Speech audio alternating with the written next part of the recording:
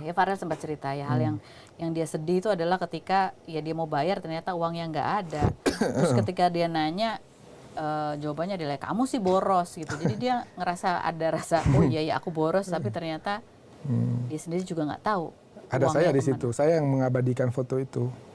Saya juga hancur ketika melihat masa uang sebanyak itu ketika beli minum di Indomaret nggak bisa ya. Akhirnya saya ngasih uang saya itu ke Farel. Farel ini buang Om Rais, pakai uang Om Rais saja.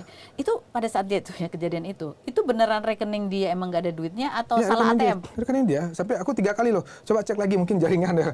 Padahal aku pernah kerja di bank lah ya, 8 tahun gitu ya.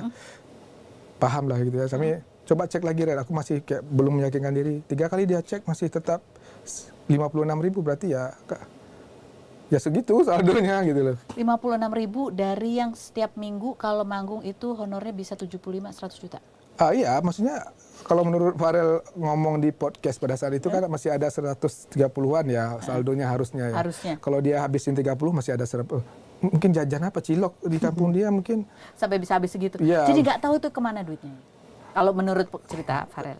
Iya, ya nggak tahu kalau masalah duitnya kan ya mereka yang tahu lah ya. Mas Rais nggak tahu.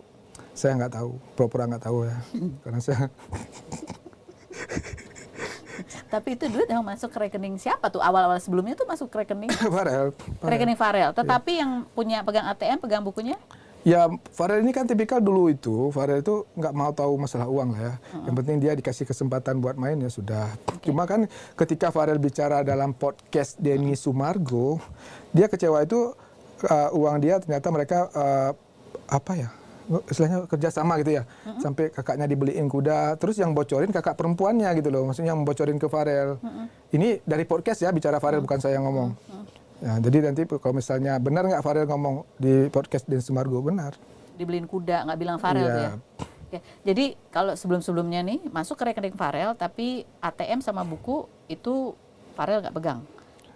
Ya kadang sama keluarganya dulu ATM, dia nggak punya dompet dulu. Nggak punya dompet. Jadi kalau dia butuh duit? Ya bawa kadang-kadang suruh tarik kakaknya atau nanti ke ATM tarik terus kasih lagi simpan lagi ATM-nya. Jadi ATM dia nggak pernah pegang sendiri gitu sebelumnya ya. Sebelum-sebelumnya. Nah, sampai akhirnya dia gesek tuh tinggal 50.000 itu terakhir.